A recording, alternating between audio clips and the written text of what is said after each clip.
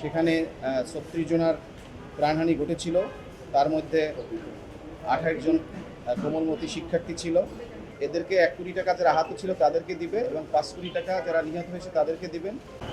আপনারা জানেন গত ২১/৭/২০২৫ দিয়াবাড়িতে মাইলস্টোনে মাইলস্টোন স্কুলে শিক্ষা প্রতিষ্ঠানে বিমান বাহিনীর যুদ্ধ বিমান তখন বিধ্বস্ত হয়েছিল।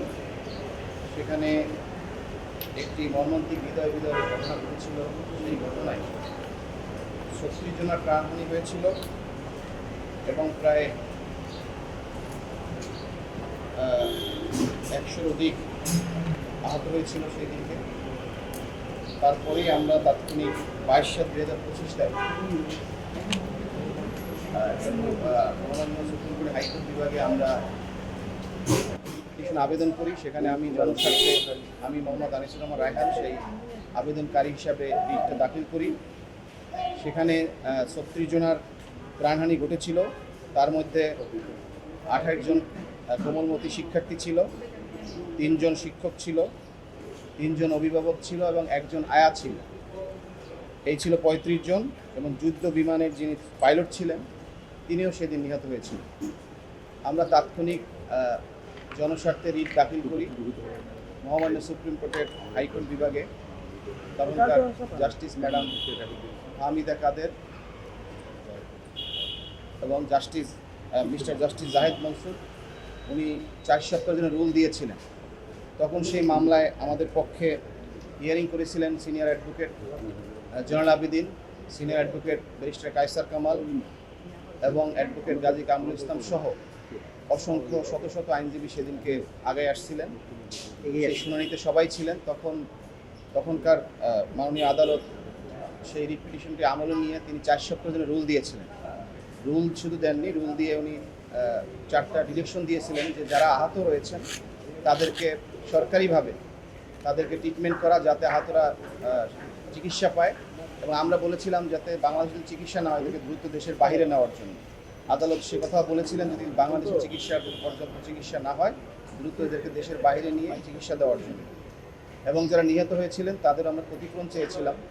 আমরা জানি যে যারা নিহত হয়েছেন তাদের মাগফিরাত কামনা করছি, এদেরকে তার পাওয়া যাবে না। সেজন্য আমরা তাৎক্ষণিক আহতদের জন্য ১ কোটি টাকা আমরা ক্ষতিপূরণ চেয়েছিলাম, আর যারা নিহত হয়েছেন তাদের জন্য আমরা ৫ কোটি টাকা ক্ষতিপূরণ চেয়েছিলাম। আদালত রুল জারি করার পরে দীর্ঘদিন পরে রুল বিভিন্ন রেসপন্ডেন্ট যারা ছিলেন, এখানে আমরা মিনিস্ট্রি অফ হেলথকে আমরা বিবাদী করেছিলাম। তারপরে আমরা ডিফেন্সকে আমরা রেসপন্ডেন্ট করেছিলাম, ত্রাণ মন্ত্রণালয়কেও আমরা রেসপন্ডেন্ট করেছিলাম। তারা সকলে কিছু কিছু জবাব দিয়েছেন। এই 1 বছর পরে এটা মূল রিটটা রেডি হয়েছে, শুনানির জন্য প্রস্তুত হয়েছে। আজকে আমরা মহামান্য সুপ্রিম কোর্টের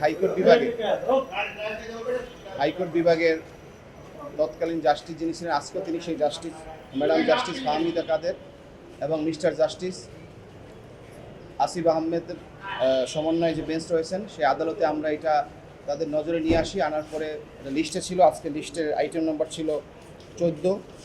সেটা মহামান্য আদালত সেইটা আমলে নিয়ে উনি শুনানির জন্য গ্রহণ করেন এবং আমরা আশা করছি খুব দ্রুত এই শুনানি নিষ্পত্তি হবে। এবং আমাদের যে প্রেয়ার ছিল যে ক্ষতিপূরণ, আমরা আশা করছি মহামান্য আদালত সেইভাবেই রুলটা নিষ্পত্তি করবেন এবং ক্ষতিগ্রস্ত পরিবারগুলো তাদের আবেদনটা তারা গ্রহণ করতে পারবেন এবং ক্ষতিগ্রস্ত পরিবারের পাশে আদালত যে ডিরেকশন দেবেন বাংলাদেশ সরকারও সেভাবে এগিয়ে আসবেন আমরা আশা করছি। রুলটা ছিল আমরা চেয়েছিলাম, যেটা আমি আগেই বলেছি, রুলটা চেয়েছিলাম আমরা ক্ষতিপূরণ চেয়েছিলাম যে এদেরকে 1 কোটি টাকা যারা আহত ছিল তাদেরকে দিবে এবং 5 কোটি টাকা যারা নিহত হয়েছে তাদেরকে দিবেন এবং যারা আহত রয়েছেন তাদেরকে তাৎক্ষণিক চিকিৎসা, বাংলাদেশের যদি পর্যাপ্ত চিকিৎসা হয় তখনকার সময় চিকিৎসা দিবেন এবং যদি এখানে চিকিৎসা না হয় দেশের বাইরে পাঠানোর জন্য। আর একটা ছিল ইম্পর্টেন্ট যে প্রত্যেক স্টুডেন্টের আইডি কার্ডে ব্লাড গ্রুপের থাকবে এবং তাদের বাবা মায়ের ফোন নাম্বার থাকবে, তাৎক্ষণিক যাতে কেউ দুর্ঘটনা কবলিত হলে সরকারকে জানাতে পারে। এগুলো ছিল রুলের টার্ম। আজকে আমরা আদালতে শুনানির জন্য আদালত গ্রহণ করেছেন। আদালত বলেছেন যে লিস্টে আসবে, আমাদের কজ লিস্টে, রেগুলার কজ লিস্টে আসবে, আদালতের নজরে আনার জন্য বলছেন। আদালত খুব দ্রুত এটা নিষ্পত্তি করে দিবেন, আদালত আজকে বলেছেন। জুলাই যে বিমান দুর্ঘটনা ঘটেছিল মাইলস্টোন স্কুল অ্যান্ড কলেজে, হৃদয় বিদারক ট্র্যাজেডি, ট্র্যাজেডির পরে জয়নুল আবেদিন স্যারের পক্ষ থেকে আমাদের রায়হান ভাই একটা রিট পিটিশন করেছিলেন, যেটার আজকে শুনানির জন্যে জাস্টিস ফাহমিদা কাদের এবং আসিফ স্যার ওনারা ব্যবস্থা গ্রহণ করবেন। আমরা চাইব, সরকারের কাছে আবেদন করব যাতে আমাদের এই রিটটা দ্রুত নিষ্পত্তি করে দিতে আমরা সক্রিয় হয়।